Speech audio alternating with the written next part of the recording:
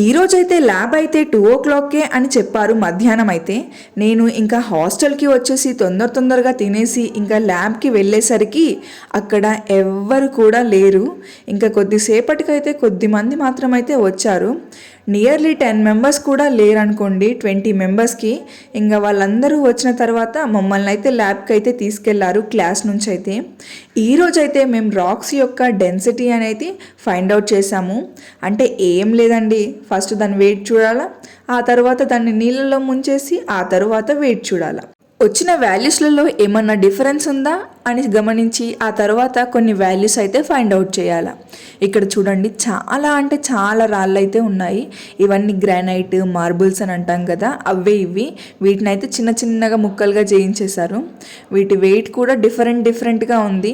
ఒక్కటే గ్రానైట్ అని అనుకున్నాను, కానీ చాలా రకాల రాళ్ళు అయితే ఉన్నాయి ఈ జియోఫిజిక్స్లో.